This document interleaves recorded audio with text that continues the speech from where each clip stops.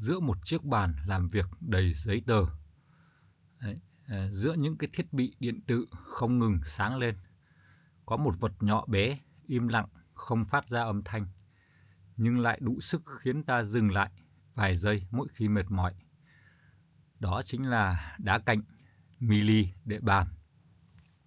Không lớn, không phô trương, nhưng mang trong mình cả một hành trình tự nhiên. Chào mừng mọi người đã đến với đá cạnh Trung Kiên. Hôm nay thì hãy cùng tôi ngồi xuống để thật chậm uống nước trà hay là một cái ly cà phê để lắng nghe một cái câu chuyện của những cái viên đá nhỏ bé đấy. Nhiều người nghĩ đá nhỏ thì chắc không có gì đặc biệt. Nhưng thực ra đó là người ta chưa hiểu, chưa biết. Kích thước chưa bao giờ quyết định cái giá trị của một viên đá. Một viên đá mili vẫn chạy qua hàng triệu năm hình thành rất là bình thường. Áp lực khổng lồ trong lòng đất, sự bào mòn của gió và nước, sự biến đổi của khoáng chất.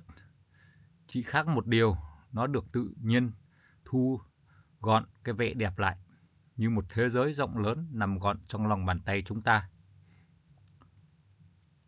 Vì sao đá mili khiến người ta mê mẩn? Có những cái vẻ đẹp thì nói thật với mọi người là càng nhỏ càng khiến người ta muốn ngắm thật lâu. Vì khi một cái tác phẩm mà nó nhỏ thì nó có những cái chi tiết và những cái độ khó rất là cao. Đá cạnh mili buộc bạn phải nhìn gần hơn, quan sát kỹ hơn và chậm lại nhiều hơn. Và chính cái sự chậm ấy thì khiến bạn phát hiện ra những cái chi tiết rất là tinh tế, một cái đường vân mạnh, một cái chuyến màu nhẹ, một cái góc cạnh tưởng như vô tình nhưng rất có duyên. Đá mili dạy người chơi đá một cái điều là đừng có vội, phải sống thật chậm. Hà Nội thì không vội được đâu. Không có cái hai viên đá mili nào giống nhau, dù chúng ta có đặt cạnh nhau trên cùng một cái bàn làm việc thì nó vẫn vậy, bởi vì mỗi một viên hình thành ở một vị trí khác nhau, chịu cái tác động khác nhau, mang ký ức địa chất khác nhau. Nó cũng như thể con người, cái cơ thể con người vậy. Có người thì tập luyện, có người thì lao động nặng, có người thì ngồi bàn giấy. Cái cơ địa của chúng ta, có người khỏe mạnh, có người ốm yếu, nhưng vẫn là người thôi, nhưng mà nó vẫn có những cái về cái thể lực nó khác nhau. Viên đá mang cái dáng núi, viên đá như hòn đảo, có viên gợi dòng sóng uốn lượn, có viên lại giống một cái khoảng trống đầy thiên vị. Khi bạn chọn một viên đá để bàn thì là bạn đang chọn một cái câu chuyện hợp với mình. Đấy là những cái dân công chức thì hay ngồi ở bàn làm việc. Người ta có thể vừa làm việc vừa ngắm được cái viên đá cạnh để có những cái nó giảm cái xám stress cho mình trong cái cuộc sống này. Một cái viên đá nhỏ có thể thay đổi cái cảm giác của cả không gian. Trên bàn làm việc, đá giúp tâm trí bớt căng thẳng. Trong phòng khách, đá tạo cái điểm nhấn trầm tĩnh. Trong góc thiền, đá trở thành vật dẫn tâm. Đá không chiếm chỗ nhưng lại chiếm sự chú ý một cách rất là nhẹ nhàng.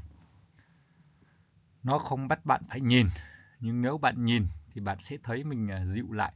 Kể cả là trong cái lúc bức xúc một cái gì đó, mình đang cái cơn giận, trong cái cơn giận dữ, nhưng khi mình chỉ cần nhìn ngắm một cái viên đá thì mình sẽ có cái cảm giác được dịu lại hết. Trong phong thủy, đá đại diện cho sự ổn định, vững vàng và bền bỉ. Đá mili đệ bàn mang năng lượng không áp đảo, không xung đột, không gây nặng nề, mà là một cái dạng năng lượng tĩnh, chậm và sâu. Nhiều người đặt đá mili không phải để cầu một cái điều gì lớn lao, chỉ để nhắc mình mỗi ngày hãy vững như đá dù mọi thứ xung quanh luôn thay đổi. Tâm bất biến giữa dòng đời vạn biến. Người chơi đá mili thường là cái người thích cái sự tinh tế, yêu chi tiết nhỏ và trân trọng cái chiều sâu hơn vẻ bên ngoài. Họ không cần phải đá lớn, chỉ cần đá đúng cảm xúc, đúng thời điểm, đúng không gian. Vậy với họ, mỗi lần nhìn viên đá là một lần quay về với chính mình.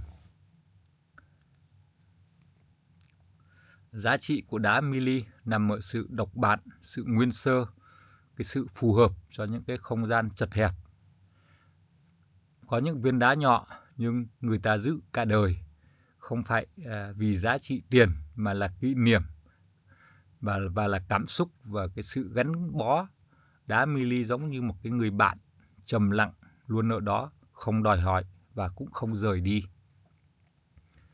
Các bạn hãy cứ thử một lần, tắt mọi thứ xung quanh và chỉ nhìn viên đá trên bàn của bạn thì bạn sẽ cảm nhận được thời gian chậm lại, suy nghĩ bớt ồn ào, nhịp thở sâu hơn. Không phải vì đá là một cái điều gì đặc biệt với bạn, mà vì đá cho phép bạn được tĩnh. Đá mili để bàn không phải để gây ấn tượng, mà là để đồng hành cùng với chúng ta. Không phải để khoe, mà là để nhắc nhở chúng ta luôn luôn hãy nhớ rằng giữa thế giới rộng lớn này, đôi khi chỉ cần một điều nhỏ bé, nó cũng đủ làm tâm mình vững lại. Cảm ơn các bạn đã dành thời gian xem hết video để chậm lại cùng với đá cạnh Trung Kiên. Hẹn gặp lại các bạn trong những hành trình tiếp theo, nơi những viên đá nhỏ bé tiếp tục kể những cái câu chuyện rất là lớn